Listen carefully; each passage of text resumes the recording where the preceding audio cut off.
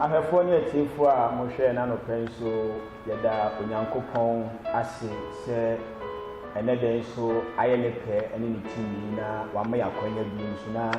yasa hie mu wo pastors platform so se yebetwetwe nkomo etina no pe mo hwe a yewo onyame enkofo mienu a ne enu mo ba be kasa eti se o hwe mensa enifa so a yewo Reverend Eric Bechi Awada Calvary Pentecostal Ministry ano sanso na ohwe me nsabonkum so ayewo brother Eric Amankwa awono so wo Very Vine Assemblies of God ewo esuebo a IPT tine sanyame nkofo menu na ye no mo badwenken ensem bi ho na ene Christopher nso yabete enyema bi ase ewo Kristo sumu onyame nkofo me mamo akwaba eba paseta konso na apomuti sen yehu ado just invade nyame asepa nyame nkofo ne anopai mebusa mensem na mse nyame so ebefa mo so ama hefo ne atiefu a omo hweyen omo beti enyema biase yewo enyema bebra aye ntantawo agidifo anase ekristofo bi ekristo sumu anamontuomu me question a edika ne mebusa reverend mebusa se yekase obi o kristoni a why no kristoni okay that's jeri se dwuma die se de wodi kan wasam ade beboa ama enne nyamsum no nneema bi wo ho a yebetumi ho because e kamia koyese enne nyamsum no ya nneema bebre wo akire yedimirika prepa ntem ewo nyamsum ba nyamsum so nka ye ntoboase ene abotre se ye hwe asma wo bi se ya se ye kaso Kristo ni anwan ni Kristo ni se ye hwe ne nchiro no a o Kristo ni eye wo bia odi nyame achi na odane nisu adi na okura ne nchire mu na odane ne nchire adi so wo hwe that word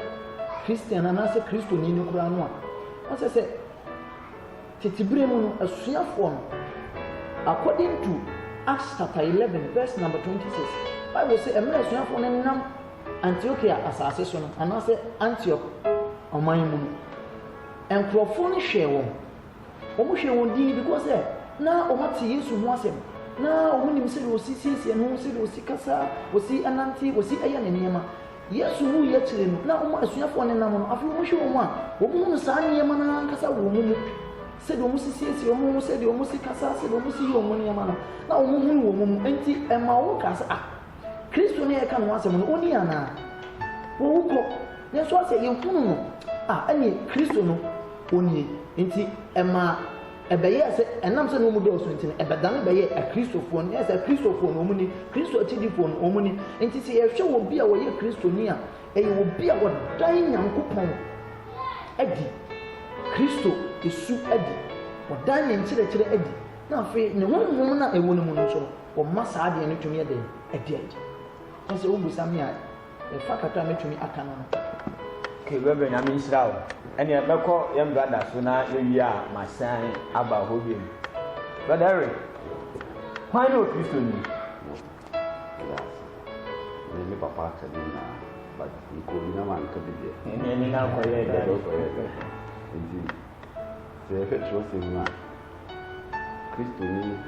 ayo bi a odi o Kristo anamo se dem papa kan no se John chapter 1 verse 12 na Bible say Jesus went to his own, and his own did not recognize him or accept him. But to them that believed and accepted him, to them he gave them power to become the children of God. One na oma on two me said it, omo yi Nyankopon ade emba. Into one, near waji Nyankopon ade, and as waji Kristo ade, because you are go no, tell me Jesus Kristo na wo. Ube say na omudi Yesu achi engofo bo chi ebedi Yesu Kristo achi na enye because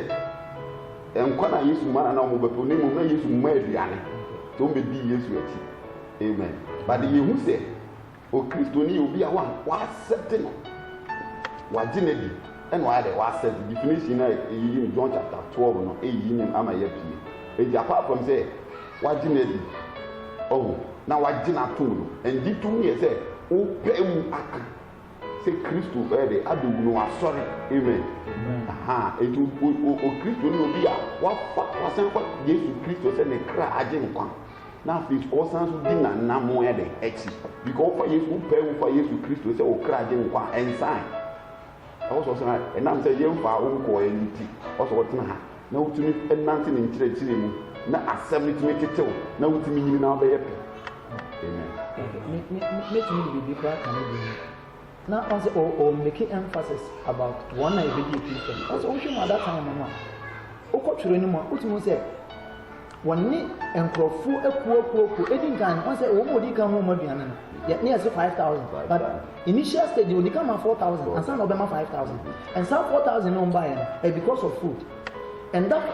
another 5,000 so because of food but wɔn sɛ ɛbrɛ wɔn ne wɔn ɛkɔ adidie no obehu wɔn adwene obehu sɛ no nkɔfo di wɔn di m'akyi ɛnyɛ asɛm no a mede ma no ɛna ɛnyɛ me nkyerɛkyerɛ no ɛna ɛnyɛ sɛ de me sitie no na emu no one aduane a medema wɔ mu two ayaresa a meyɛ nti deɛ meyɛ ne sɛnkyerɛnne no ɛyɛ ɔmo fɛnto ɔmo bɛhwɛ nti hɔ no start de biribi ewura mu de ɛyɛ na asɛm ka kyerɛ ɔmo mo mate aseɛ sɛ etwa sɛ mo di me ho nam ɛna bra wɔ ka asɛm no twerɛ nti ɛfa kɛseɛ na akɔ ɛkɔɔya ɔmo kɔɔya ama ne bɛka 72 no mu no ɛhɔ no kora mpo no mu no wɔsɛ abusa wɔ mu mu ɛsɛ still wɔsɛ mu die no ɔmo so ɔmo nsa ante aseɛ ɔmo kɔɛ ɛbɛka 12 nti 12 na ɔsɛ abusa wɔ mu sɛ nti mo nso mo bɛkɔ bi ana ɛno na ma Peter ɛka asɛm sɛ na ma nkyɛn ne yɛnkɔ ɔso wɔn yɛn ho sɛ ɔwɔ dan pa nti obi a wɔdi obi nkyerɛkyerɛ akyi no wɔgye ne tum obi a wagye obi ato mu nso no ɔde n'anum nsɛm ɛyɛ adwuma na wɔtietie nipa no nso deɛ anum nkyɛn nti sɛ obi yɛ kristoni a sɛdeɛ na me nua yi ka ɔsɛ wɔtumi tietie a Nyankopɔn anamɔ akyi nyame nhyira mo paa ne mo nkyɛkyɛ mu a mode ama yɛ na no pɛ because mpempii no yɛ na yɛhu kristofoɔ but na no pɛ nyame afa mo so ama sɛ yɛka sɛ hwan ne kristoni a mama yɛhu yɛwɔyɛ kristoni masɛm bi sɛ bi mu sɛ wede ma memfama brother Eric na mewie ama papa so yɛhu kristoni but na yɛhwɛ a edu sanda obiara se me kɔ asɔre obiara se me kɔ asɔre masɛm misa ne sɛ eti dodoɔ na egu asɔre dan mu hɔ no ɛna kyerɛ sɛ wɔn yɛ nyame maa na o me pɛ o question pa no kasɛm ne sɛ Bible sɛ yɛn kɔ wiase afɛn nyinaa yɛn kɔ ka na asɛm pa ɛnkyerɛ amen do kɔ ka no obi wɔ hɔ a ɔbɛgye adi ɛbɛyɛ ne dɛ te o ba pɛ sɛ ebi a ɔkɔ package ni Yesu ma nkwa Yesu ɔsayareɛ Yesu ɛma ahonya ebi asa na ne kɔ sɛ ɔgye ne di a nti ɔba bɛhwɛ a different group of people yɛ wɔ bra bɛhwɛ people so nti ɔba mu na ɔbɛdi 1 week 2 weeks na wɔn ehu nsakraeɛ biara na ɔbɛyɛ dɛ bɛsɛn akɔ n'akyi ɛni nkɔfo mmienu a ɛduru bere a ɛwɔ sɛ ɔmo hu Kristo anaasɛ ɔmo adi tɛm sɛ ɔmo hu Kristo nti ɔmo bɛɛ mu no ɔmo bɛte aseɛ na ɔmo no sɛ saa deɛ a even though wodi Nyankopɔn akyi a anaa wodi Kristo akyi a yiedie bɛba yiedie no ma ato ase nti ɔmo bɛnya nte aseɛ ne ntɛm a ɛba ɛma ɔmo kɛntɛ baako sɛ ɛkɔ ayɛ nkyerɛkyerɛ ɔmo ɔwɔ ne to ɔmo nti nyɛ sɛ bia wo pirikyi kɛkɛ na nkwagye nwie no ɛnsa ɔmo ba hɔ sɛ ɔkyerɛkyerɛ ɔmo sɛ Kristo abɛdi n'akyi no ɔsɛ yɛfa na tan amanneɛ ɛnyina wɔ mu nti yɛnyina mu na mmom ɔsɛ yɛgyina mu wie a awieyɛ no ɔbɛhyɛ dɛn animuonyam nti woma nnipa no te aseɛ saa ɔnamu ayɛ dɛn wɔ nsuro amen nti yɛwɛ Kristo koraa na yɛbɛbia yɛ starting first ne ɛka no ɔmo bɛdi n'akyi no obi aduane ti na ɔbaeɛ but ɛyɛ tɛn sɛ yɛnkɔfo mu sɛ ɔmbɛka nti yɛnso apostles anaasɛ yɛka nyame sɛ moyɛba mu mu sɛ wɔka nyame asɛm a ɛdeɛ na ɛbɛdi bɛba ebi mu so ba a ɔmbɛsen akɔ but ɔmo sɛ ɔmo ka mu deɛ Nyankopɔn bɛma ɔmo ayɛ dɛn aka nyame nhyira wo ya na yɛhyia sei na menya nyame nkurɔfoɔ na ɔmo meyɛ ti Kristo sum ase a na abɛyɛ me ahohoawo a ya na ɛyɛ m'ani gye because ɛnneɛma bi a yɛnte ase nso nyame fa ne nkurɔfoɔ so meyɛ te aseɛ saa na n'ani agye lɔde nyame ɔnhyira papa dodoɔ na ɛyɛ asɛm sɛ de na yɛhyɛ ase ana meka sɛ ɛnɛ no yɛma nyamesom no menka no sɛ ayɛ fashion ayɛ daily routine ayɛ timetable nti no nnipa bebree no a wɔyɛ akristofoɔ no one onim sɛ bɛdeɛ kwasi ada mɛkɔ asɔre obi so ɛbɛn ada yɛhyia okui ada yɛhyia efi ada yɛhyia nti based on this timetable no ɛna nnipa no gyina sɛ wankɔ a sɔfo bɛka wankɔ a ne nua bi bɛka so ho but sɛ wokan Philippians 2:5 wɔsɛ yɛma adwene wɔ kristo mu no bi nya dɛn ɛntena yɛ mu adwene wɔ kristo mu nti wɔn na ɛwɔ hyiadan mu wɔn na nyankopɔn adwene ɛwɔ wɔn ti mu wɔn ne yɛ kristofoɔ no mpempe a na me gyina me preach a ne taka saa asɛm mu sɛ wobɛtumi a preach kama as a man of God wobɛtumi a interpret Bible no wobɛtumi address kama a wode ba nyame fi wokuta Bible akɛsɛ but nyɛ no na ɛkyerɛ sɛ ɔyɛ kristo ni deɛ apia firi mu aba because kura no kura ka asɛm bi sɛ deɛ ɛkɔ nipa mu no emu nipa ho fi deɛ apia firi mu no ɛna egu nipa ho fi and ne nsa gyina so deɛ akanani other way around sɛ deɛ apia firi nipa mu no ɛna kyerɛ nipa no sɛ de osi tie so ada sɛ nti nyɛ wɔn mu hyɛ dɛm nyinaa na mɛka sɛ wɔn yɛ akristo because kura no kura ka sɛ bebree naa no afrɛ wɔn nanso kakra bi na obi kakra na obeyi wɔn no yɛ wɔn a nyame adwene ɛwɔ wɔn mu wɔdan kristo adi ɛsɛ yɛhwɛ definition na ɔsɛ ɛyɛ nneɛma mmiɛnsa o one deɛ wagye na die two deɛ wɔdane ne su adi three deɛ wɔma ne honhom a ɛyɛ nyame honhom ne de adi wɔ no mu na afei ɔkura nkyerɛkyerɛ emu nti saa nipa wei no deɛ wobɛhu na saa nneɛma mmiɛnsa anaasɛ ɛnan kura mpo no ɛda adi wɔ ne mu no saa nipa ne yɛka sɛ ɔyɛ kristo no ɛnyɛ deɛ wabrɛ se ɛnyɛ deɛ wɔte wɔ obi a ɔyɛ bɛhwɛ ade ne sɛ deɛ na ne nua ɛɛkan ɔbɛhwɛ adeɛ na abanama bɛhwɛ bi obi nso wɔ hɔ nom a ɔno deɛ wate sɛ yɛsɛ sɔfo no ɔdrɛse paa nti ɔbɛyɛ sɔfo ɔdrɛse ɛne sɛ wotena yɛkasa mfoni ho na wohwɛ a ɛnneɛma bebree na mostly boa me tete bi ho na sɛ mehwɛ some of the churches ne nsɔre ne bi ne adeɛ a mebrɛ timi ho because wobɛhwɛ obi kora dress na wɔde bɛto wɔ no koraa no sɛ ɛnkyerɛ ɔbaa bɛsia ne dressing basaa ne honam nyinaa gu wɔ expose ne ho meaning sɛ ɛhɔ no wokyerɛ kristo anaasɛ wokyerɛ onipadua nti yɛwɔ saa nkurɔfoɔ wei nyinaa hɔ nti ne wɔn mu hyia dan mu no nyinaa ɛna yɛ kristofoɔ wɔn na nyankopɔn adwene ɛwɔ wɔn tiri mu wɔn yɛ kristofoɔ amen memfa akranta papa deɛ so yɛhwɛ Revelation chapter 12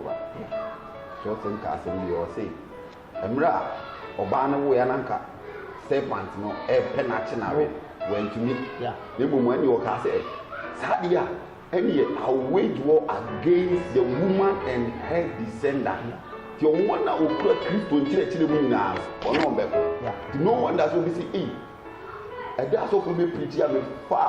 Yesu Kristo sɛ mekra agye nkwa ɛfiri wɔ na mensɔhwɛ ɛhyɛ ase ɛfiri wɔ mesikood meyɛ sɛ mesi n'akyina afei deɛ sika kra menya bi yɛsɛ ɔbonsam ɛmiam amen nti ɔbonsam so womiam no wodɔ sɛ womia wo mpa ibo na ɔyerɛ wo ho wobɛn adiifoɔ no ne wo nante na ɛdɛ nyame bɛgye wo because ɔbonsam aka sɛ I wage war against the woman and her descendant nti ɛma ne nyɛ nwanwa ade yɛhu sɛ ɔko no yɛ awurade kɔ ɛdɛ a wobɛdi nkuni ɛma waba mu mu ɛsɛ ɔko no ɛbɛyɛ awurade ko bi wɔsɛ Bible ka na ɔsɛ sɛ yɛhu yɛn ntɔkwa ko a ɔnko nti abibia no yɛnya ako no nyɛ dɛ ɛma awurade ma me mu sa sɛneɛ yɛkyerɛ yɛ adwene ne sɛneɛ yɛka no ne nyinaa yɛ nokorɛ sɛm no but fofo ade baako a menim sɛ yɛhwɛ a ɛfiri Friday ɛba Saturday ansa ne awura Sunday mu no woto ani hwɛ mmɔnten so ne mmeammea bi a nipa kɔ hɔ kɔgye w'ani a sɔfo wobɛkɔ no na ɛhɔ ayɛ ma wohu dodoɔ naa but adeɛ te Sunday nso a yɛsa bɛba asɔre dan mu no na asɔre dan mu ayɛ dɛn abɔma asɛm bisa ne sɛ wɔn a ne ntomuku krab n'ase a wɔn wogye wɔn ani no saa nkɔfokuo ya na asa abɛbɛgu nyame n'ase no eti masɛm bisa ne sɛ saa ɛhɔ kakra ne nsunsuansoɔ bɛn ɛne ya na ɛde brɛ didifo let us say according to Romans 12 what can I say wɔse ma yɛn yɛn ho sɛ ewiase na mmom yɛmfa adwene mu foforɔ yɛ ɛnsakyera yɛn ho na yɛtumi asɔ deɛ ɛyɛ pɛ na Nyankopɔn pɛ na so nyame anim yɛtumi asɔ ahwɛ. We shouldn't conform to the pattern of this world, but rather we should renew ourselves with the renewing man that we inherit from Christ. Let's say, yɛhwɛ asɛm a wobusa yi sisi yɛ a hɔn yɛna metaka saa asɛm yi sɛ ɛnyɛ wɔn asɛ twerɛ ne se esuma no nim nyansa ɛkyɛn han no hwɛ from Ecuador to Saturday no na wɔka saa asɛm no wɔnkɔ abɔntene no te sɛ nsanom bia ne ada events a yɛgye yɛn no nnipa wɔ hɔ na wobɛkɔ mu no nnipa ankasa na yɛbɔ ho dawuro na yɛtwe nkurɔfoɔ dɔm yɛ dɛ aduo ho and ɛberɛ nso a nnipa ɛbɛkɔ hɔ no wɔn a ɛnam nso ma wɔkɔ no yɛ biribi ma wɔn mu ani gye sɛdeɛ ɛbɛyɛ a ɛbɛtwe wɔn ma daa ne dɛ wɔn ayɛ dɛ atena hɔ na ɛka nam de abɛsi wei so but ɛnnɛ no deɛ ama saa deɛ wei no mɛtumi ka sɛ ɛyɛ mɔ ne sɛ yɛn a yɛnim nokware no ɛdeɛ nneɛ yɛ yɛn promotu nokorɛ no yɛn kyerɛ nokorɛ no ɛne yɛn welcome nipa no sɛdeɛ sɛ welcome no yɛmfa ne sɛ menni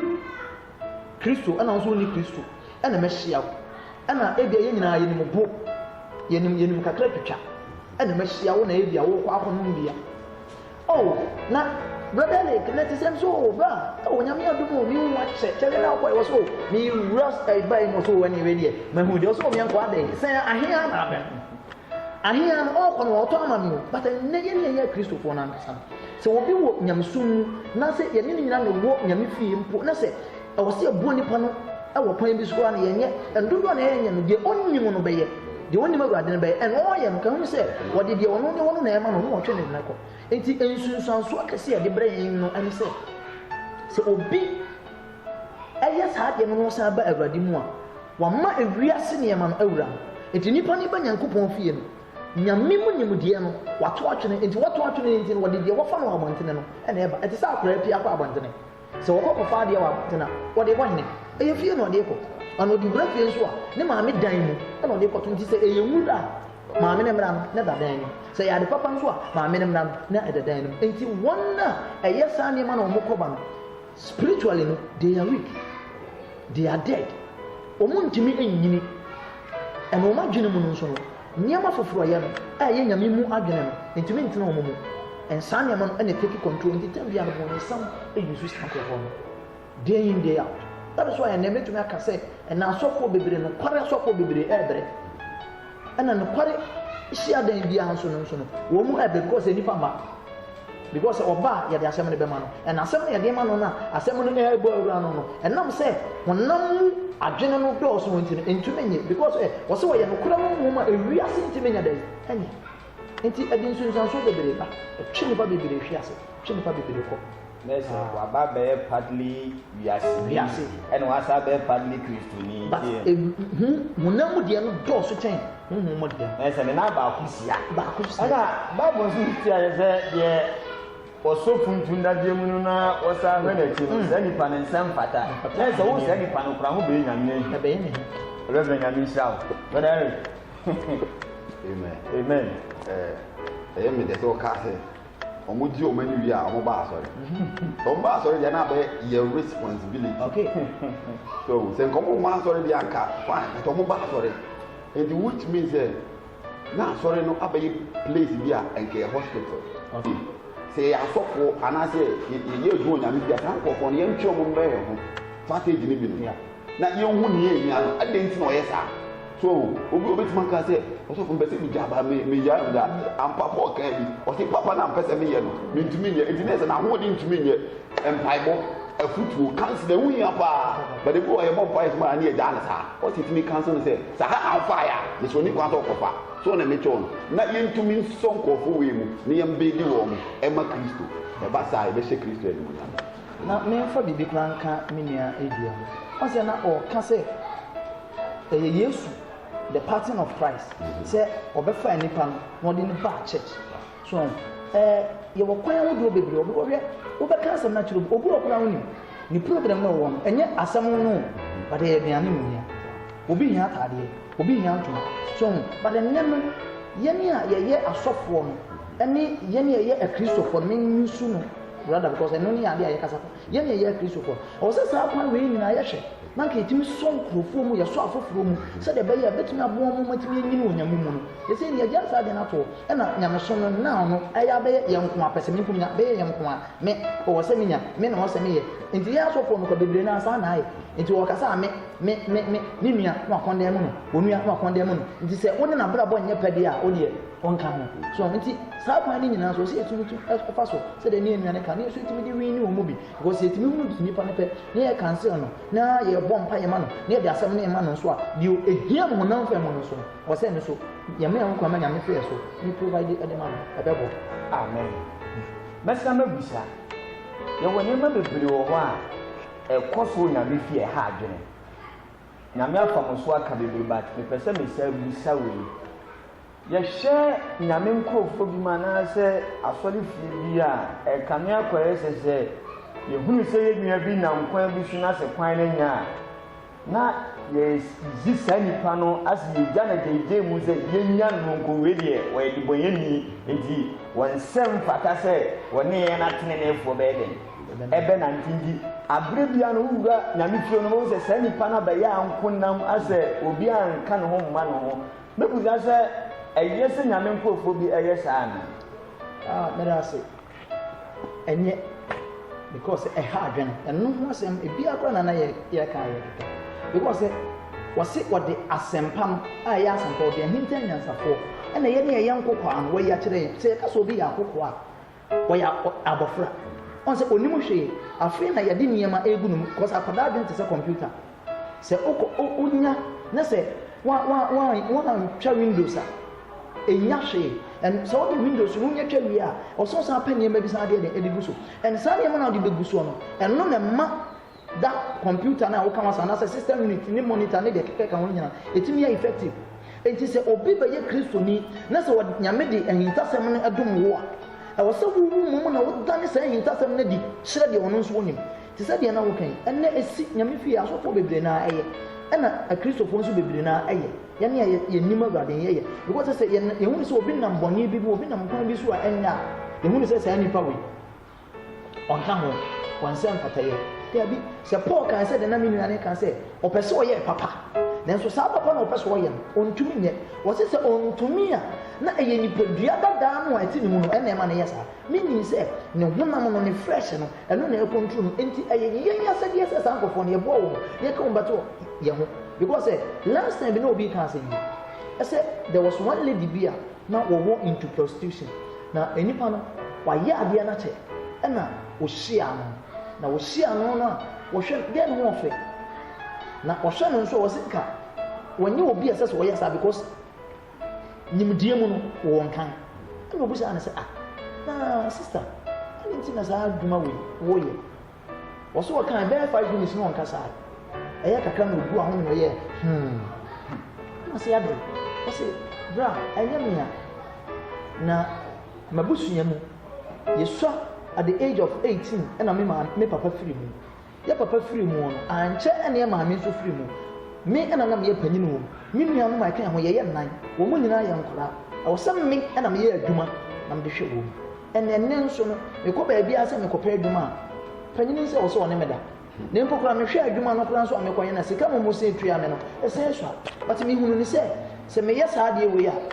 de bia metumi anya sika bia metumi de aboa me nuanom ɛno nti na ɛma meyɛ dɛ meyɛ medeɛ nkama ne nyɛ ho menya kamagya menya adwuma bi a bɛtumi aboa me a menya sika de ahwɛ me nuanom no a kamagya ɛsɛ adwuma no ɔsɛ wɔka saa asɛm kyerɛ no afei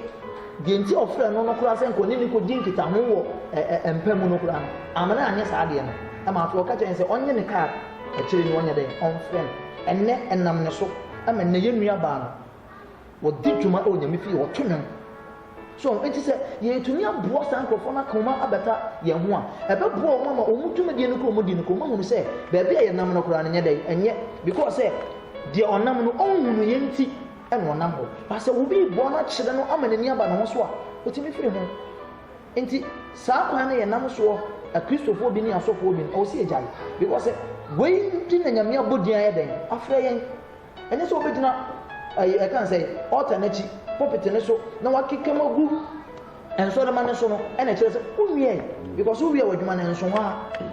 that is why I say asofudie na etise na kula na evangelism visitation there is difference between evangelism and visitation so that say ni nyina o say ti me wo yes am say nipa na nam kwan bi kula so enya wo hu wa kula no as a man of God ni yam ti mission etwe na avene ba no so enti sa kwan ne de enya o say ti me fa kan krofo no wo sa nipa no wo mo kula no say etwe mbate ya ho kese ye was me ma ha say me ma sorry dem ma say wo busa me fre bi no ma ba ena wo busa wo mu ha wo ma be catch because me no wo mu a me hu say wo mo life nu ko yo mo kana mfo ma say because say nyame ti me fa me so e ma san kofo na brabo ekoyi a e ho na mo abotire e no na che say adwuma no ma ye den ma ye nti wo say etimi bo mo ne ne ye e be boy ye hye sa area ni pa we dey brother Eric ma mu say wase yana obi ni say me Kristo ni am me bi sa say so bi be Kristo ni am challenges bi wo ho a obe pass through. Christianity is not just about going to church. And mostly the socialization. You could hear our brother we go and say, oh, and now who was at the moi. Sometimes we are now within the church, and now some money mobility with me.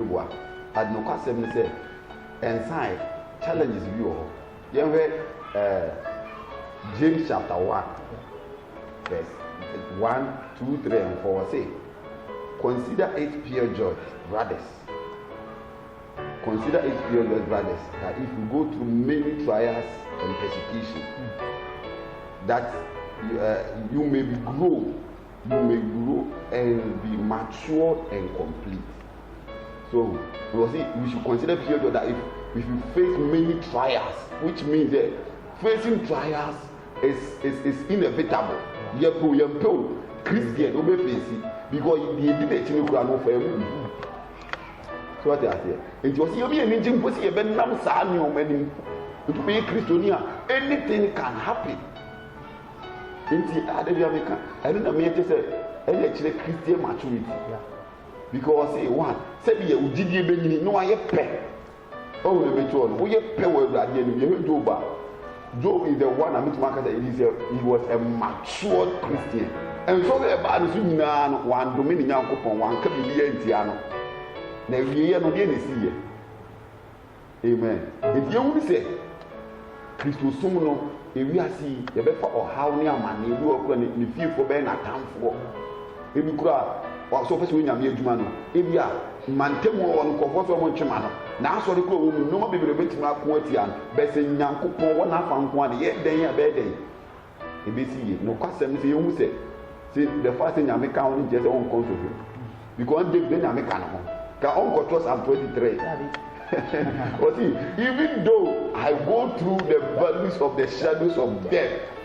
I'll fear no evil. Why? Because the Lord is with me. I don't know, if you go through the waters, I am with you. Waters stand for what? Problems. It's here for your problem. Amen. You say, you come so hard. You are on the jail. No, I say, Young, it's in any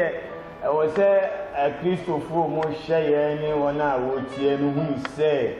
who be you, Christonia, and then one. Some Brandon about the facing temptation and trials because I never come in and say, Christo at Hanford. And you are the wife is to begin a TV and definitely also by being Adam at Hanford. So I said, a Christopher be this agony show me to me, say, who be a Christonia, be not Hanford. So me ade kakra to me brother Eric me open. Say ye kaso obi e abeye Christian. It's like say me tem bia na me pay emphasis physically and spiritually because say ye nam honam and ye nam but physical things no e relevant than spiritual ones because as some mo dey hwe now obi ase opeso Christian. Obi ase opeso ye educated. And for you to become successful what this year also your exams we your test sana Christo ni nso someone so betimi are successful no be mature that also so we exams we test and any idea assess o Christo ni bia de se bitiri because say o person o pass from class 1 to class 2 a yɛbɛso ahwɛ nti day in day out no obi biara a ɔyɛ gyidini biara ɔpɛ sɛ onyini wɔ nyame mu no must face trials. ɛwɔ sɛ ɔgye tom dabi a meta kasa asɛm sɛ okristoni a nsɔhwɛ ma no akwan mu no ɛwɔ sɛ wɔsu na ɔsrɛ awurade mu sɛ awurade ade na menkɔ ade wagya me mu ade na mede ɔnyɛ me nsɔhwɛ no bi because sɛ woanyɛ nsɔhwɛ no a wontumi nkɔ ni dodoɔ no nyame ɛsɔ hwɛ dodoɔ no bɔnsam ɔma kwan nyame ma bɔnsam kwan ma ne nsɔ hwɛ dodoɔ no na wogyidie ɛnyini te sɛ deɛ ne nnuane ka no dodoɔ no na nyame asɛm no nso ɛte wo mu no ɛnyini dodoɔ no na nyame adwene nso ɛwɔ mu no nso yɛ dɛn ɛnyini because sɛ honam ne honhom hyia a ɛdane nyame so deɛ adi but sɛ honam nko ahyia a ɛkyerɛ honamsɛm ɛna honhom nko ahyia a ɛkyerɛ honhom but sɛ honhom bɛtumi amanifeste a ɛwɔ sɛ ɔtaki humanity. So divinity and humanity comes together and declare the mind and the purpose of God. Enti obi biara wo fan so hwem ase nyame ba no ɛkyerɛ ni nyame yɛ ban a wɔyɛ de wɔyɛ because Yesu Kristo kora ba asase so of emu Bible say eduru mmere bi a na woduru mpɛmpɛn so a na waben wo wo no Bible say ehu ni awebɔ yɛ de ɛhyɛ mma enti ɔkɔbɔ mpa yɛ ka sɛ ɛgya sɛ betumi a enka exams yi die enka ma me nyɛ enka kuruwa yi enka ma me nnoma no but ohunu sɛ no sɛ ma nnoma no a ma soa saa kuruwa no a saa abotire na sɛ me nya no saa ensa nifa na wɔ sɛ me kɔtena so no saa edin na sɛ me nya no saa tumi na sɛ me nya no me nya because sɛ akɔrɔ kɔ yɛ exams na yɛde ne report ba na sɛ wo maame ne papa na wotena wo na hwɛ na ho excellent very good pass a woto a na wani agye na wade ndeɛ me bɛɛ deɛ wabin o wo na wonam foforɔ hyia na waka ba sɛ akora ne ba ne atwerɛ fail poor average below average a ko mmiri na wani na akɔ na aba ɛnɛ mɛte wo dwuma ɛnɛ kɔ mɛkɔ ne bi because sɛ wɔntumi ampaase enti ebire bi a yɛbɛfa nsohwɛ mu a yɛbɛtumi agyina ama nyame no nyame to soro a ne n'ani ade te sɛ deɛ ɔbɔdeɛ no ɔde no one yɛhwɛ David na wɔde David yɛ mfato ho wɔse David is a man after my own heart yɛhwɛ deɛ David fɛ no yɛhwɛ nneɛma a David yɛɛyɛ yɛhwɛ nneɛma a Saul yɛɛyɛ sɛ yɛde David deɛ compare Saul deɛ a kɛbɛka sɛ Saul koraa deɛ ɛnka yɛkyɛn David but ɔpɔn sɛ wɔfɛ mu na David gyina yɛ nyinaa akyiri no nyame ani bɛgye yɛn ho ɔhyɛ n'animonyam nti nsɔre deɛ okristo ni bia ɔsɛ ɔpɛ nsɔre ɔpɛ amanyɛ bɔmmɔden na mo ani nye ho sɛ Awurade sɛ Awurade kɔ ama ne mmara na wɔn mo ahoɔden no tumi gyina because ɔmo ahoɔden na wɔtumi gyina mu a na wɔn ɛna ɛbɛboa yɛ amen ɛtiɛfoɔ nyahwɛfoɔ a mohwɛ ne a reverend de ato dwa no wɔse sɛ woyɛ okristoni na womfie si nsɔhwɛ deɛ a ɛneɛ na deɛ wohyɛ ase ayɛ akɔnkyerɛ abɔ mpa yɛ aka kyerɛ Awurade sɛ Awurade mebɛyɛ kristoni a mebɛdi w'akyi nsɔhwɛ de nsɔhwɛ deɛ ebi ntumi de nti mesrɛ wo ma memfie si bi because womfie si nsɔhwɛ ma yɛnhunu how matured you are because ɛnsɔ na ɛbɛma hu sɛ ampa woyɛ okristoni ma pa nti mesrɛ wo sɛ wohu nsɔhwɛ deɛ a ebire yi a hyɛ aseɛ bɔ mpa yɛfrɛ nsɔhwɛ na nsɔhwɛ ɛmpra wakɔmi wo sɛ woyɛ kristoni amen okay ɛberɛ a yɛde yɛdwumadie yi ɛkɔ awieɛ yi mɛpɛ sɛ mode afutusɛm bi ɛbɛma kristofoɔ a wɔhwɛ yɛn anaasɛ wɔwɔ mmɔnten na ɛtumi ahyɛ mu kutupa na wɔmatumi agyina awieɛ berɛ mu amen mɛda ase mɛgyina saa akwannya yi so na yɛtu yɛn nyinaa yɛ hɔfo sɛ woyɛ ɔsɔfoɔ woyɛ yɛn nyinaa nyame baako ndwumadie baako da bia meka sɛ yɛkɔhyia asɔndan mu a na megyina hɔ na meka sɛ asɛm a meka ne sɛ deɛ yɛyɛ nyinaa no sɛ papa no nka ho nyɛ ne din mu a moma yɛnyae yɛma yɛwerɛ mfiri sɛ nyɛ papa no nti ne yɛyɛ a yɛnyae meka asɛm bi mekɔtu asɛm bi wɔ Romans 12:2 hɔ wɔsɛ yɛmfa adwene mu foforɔ yɛ nsakyerɛ yɛn no ɛdeɛn na wobaa nyame mu wanya nimdeɛ bɛn na wanya wobaa nyame mu nsɛm bɛn na wate moma yɛnyina saa nsɛm na yɛateɛ no so afutuo nsɛm na yɛnya no so even wotie yɛn nan yi mpo na wɔhwɛ yɛn nan yi mpo no afutu sɛm a wɔnya no ɛwɔ sɛ saa deɛ no tumi ɛtɔ wo tiri mu na ɛtumi de nsesaeɛ bi to abrabɔ so because sɛ deɛ wowɔ no ɛno na wode ma deɛ wonnie no wontumi mfa bi ma sɛ mete asɛseɛ sɛ meyɛ obi a mennim kasa na mentumi nkasa a enka ensem bi ebebu sem bi na metima yi ano de me ube wan se me bo mitiniko na me wusu miti me bo mitiniko de wo a wo hwe me no beka ne se adai papa yi oye muma na ana na so asi but nam se nyame adom me a me wano na mitimi kasa enti no o se me kasa kyero na wo nso ya de utie mi enti yemma de yenya won fem wonam fem no yemfa sa de ne nya adwuma abraba a wo bo experience wanya enso hwe agwa fam no e wo se wo masa de no ayi o mu adwuma na etumi ya akoforo mu adwuma because se de wo wanya no wa fam no se wo hye wo bia ono so nam sa enso hwe na mu a utimi ditu no fo but then awo se mo ne se o Kristo ni eduru ba bia na ne wura free ni Kristo ya woye se wote esu ebo a wote enkran wote ebi atano so wote ebi akwada so ebi wote edwena se anase wo enkran bia so tuo mu ni ade a eho de woye Kristo ni but se o free so tuo ba kumase do mu bi ti se bantama ni nyame ya na sesa no eho na waduru no krampo no e wo se wo ma de wo mu na de because the Bible say duru na bi Paul eduru ba bi na omu som nyame bi na no ma twere agu ase se nyame a ye de ye ni mu no wo ye din wo hwe mu wo mu ye wo nyama wie no se da bi ma twere agu ase se nyame a mu ni mu no but me be twere mu nyame a me ni mu no ene ho no wo twere nyame a wo ni mu no ene wo da ni nyame su adie wo mu nyina be hu na wo enti me gyina sa akonya so e de ama ye mu biara